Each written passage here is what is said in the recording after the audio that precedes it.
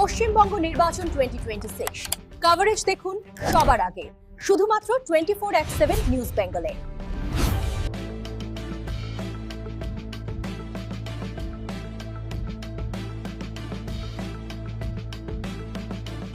24/7 news বেঙ্গলে আমার সকল দর্শক বন্ধুদের দেবশ্রী স্বাগত। আর দেখতেই পাচ্ছেন এই মুহূর্তে আমার পাশে যিনি বসে আছেন দমদম বিধানসভা কেন্দ্র থেকে যিনি জয়ী হয়েছেন বিজেপি প্রার্থী অরিজিৎ বক্সী আমার পাশে রয়েছেন।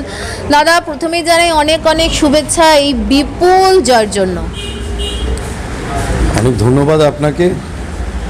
তবে যদি এই শুভেচ্ছা কাউকে দিতেই হয় সেটা দমদমের সাধারণ মানুষকে এবং ভারতীয় জনতা পার্টির সেই কর্মীদের যারা 40 দিন সকাল 8টা থেকে রাত 11টা পর্যন্ত আমার পাশে দাঁড়িয়েছেন, পাশে হেঁটেছেন, রোদে পুড়েছেন, বৃষ্টিতে ভিজেছেন, ঘেমেছেন।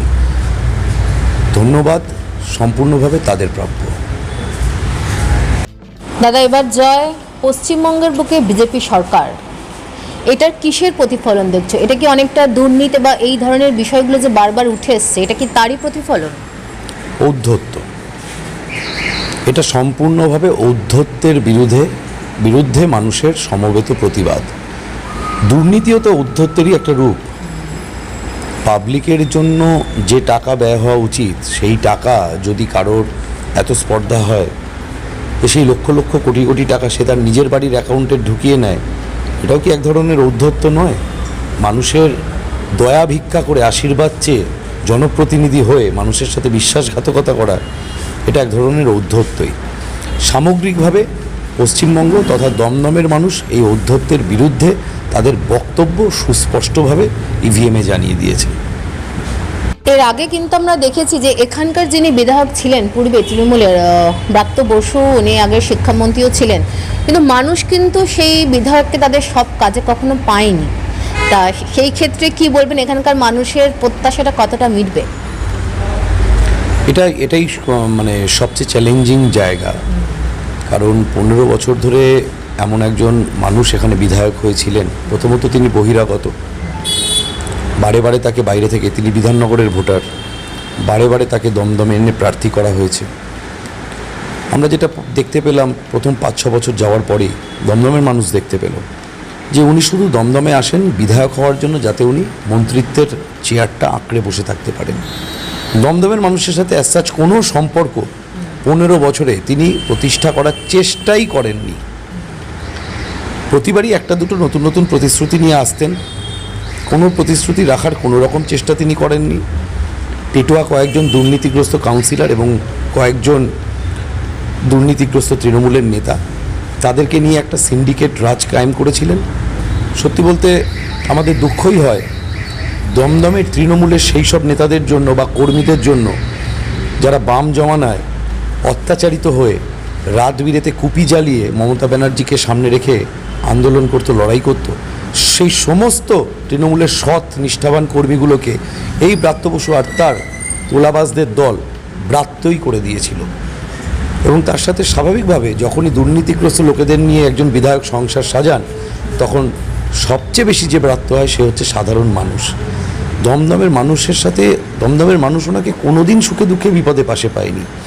জমা জলে 1 ঘন্টার বৃষ্টিতে 3 দিন ধরে দমদম জলে ডুবেছে। ভাঙা রাস্তায় টোটো উল্টে ছোট ছোট স্কুল পথযাত্রী বাচ্চার মাথা ফেটেছে, একটা শব্দ উনি কোনোদিন ব্যয় করেননি। এটাও এক ধরনের ঔদ্ধত্যই। তাই ঔদ্ধত্যের প্রতিফল, ঔদ্ধত্যের বিরুদ্ধে মানুষের যে মানসিকতার প্রতিফলন দমদমের ভোটে দেখা গেছে। 39টা ওয়ার্ডের মধ্যে 38টা ওয়ার্ডেই বিজেপি লিড করেছে, সাধারণ মানুষ লিড করেছে।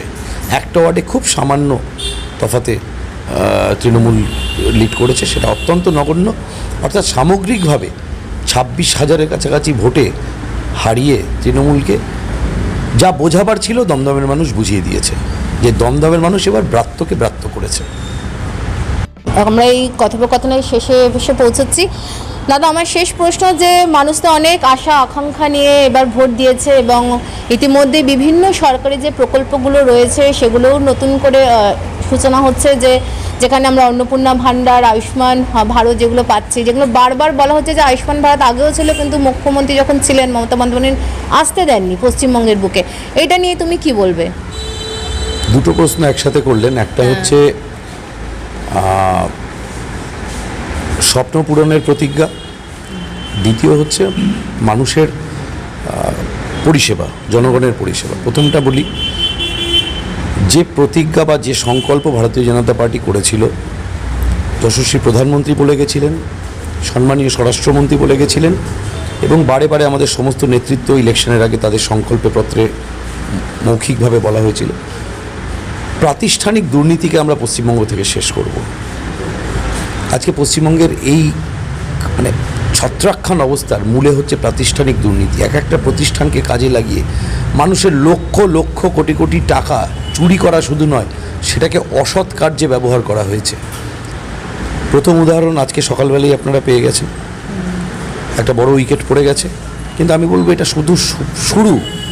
This is the tip of the iceberg. এরপর আরও অনেক কিছু আসছে।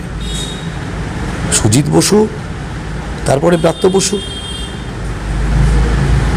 ব্রাত্যজন প্রোডাকশন প্রাইভেট লিমিটেডের মালিক ব্রাত্য বসু, যিনি 2016 সালের আগে পর্যন্ত তার কোম্পানিতে 10 পয়সা প্রফিট দেখাতে পারতেন না, কোন মন্ত্র বলে অয়নশীলের আশীর্বাদ ধন্য হয়ে 1 বছরের মধ্যে তার প্রফিট মার্জিন কয়েক কোটি টাকার উপরে উঠে গেল। আবার এই অয়নশীল জমানার যে মিউনিসিপ্যালিটির রিক্রুটমেন্ট স্ক্যাম, সেটার শেষ দিক থেকে আর তিনি কোনো রিটার্নই জমা করলেন না। এই যে গ্রাফের ওঠানামা ওনার ব্রাত্যজন প্রোডাকশনস প্রাইভেট লিমিটেড, অবশ্যই স্ক্যানারের আন্ডারে আসবে, এবং পরপর এরকম আরও অনেকে অপেক্ষা করে রয়েছে। প্রত্যেকের উইকেটই পড়বে, কারণ এরা প্রত্যেকেই প্রাতিষ্ঠানিক দুর্নীতির মাধ্যমে পশ্চিমবঙ্গের সাথে বিশ্বাসঘাতকতা করেছেন, মানুষের মতামতের সাথে বিশ্বাসঘাতকতা করেছেন। দ্বিতীয় যে কথাটা বললেন আপনি, মানুষের জন্য পরিষেবা, এটা তো আজ থেকে নয়, 5 বছর ধরে আমাদের দলের প্রত্যেক নেতা বারে বারে বলেছে যে মানুষের পরিষেবা নিয়ে রাজনীতি হওয়া উচিত নয়।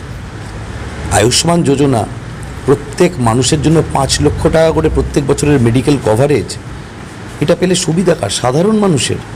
হতে দেননি মমতা ব্যানার্জি। অন্নপূর্ণা যোজনার সুবিধা মমতা ব্যানার্জি দিতে দেননি। বিশ্বকর্মা যোজনা, পাড়ার যুব ভাইদের জন্য তাদের স্কিল ডেভেলপমেন্টের জন্য মমতা ব্যানার্জি আসতে দেননি। তো এবার মোদিজি বলেইছে ভয় আউট, ভরসা ইন, আর ভরসার সাথে সমস্ত কেন্দ্রীয় সরকারি প্রকল্পের সুবিধা সমস্ত পশ্চিমবঙ্গের প্রতিটি স্তরের মানুষের জন্য পশ্চিমবঙ্গে ইন। অনেক অনেক ধন্যবাদ অরিজিৎ দাকে। তাহলে আপনারা সকলেই শুনলেন যে অরিজিৎ দা কী বললো, যে ভয় আউট, ভরসা ইন। আর সাথেই আমি শেষ করছি। আর সব খবরের জন্য দেখতে থাকুন 24x7 নিউজ বেঙ্গল।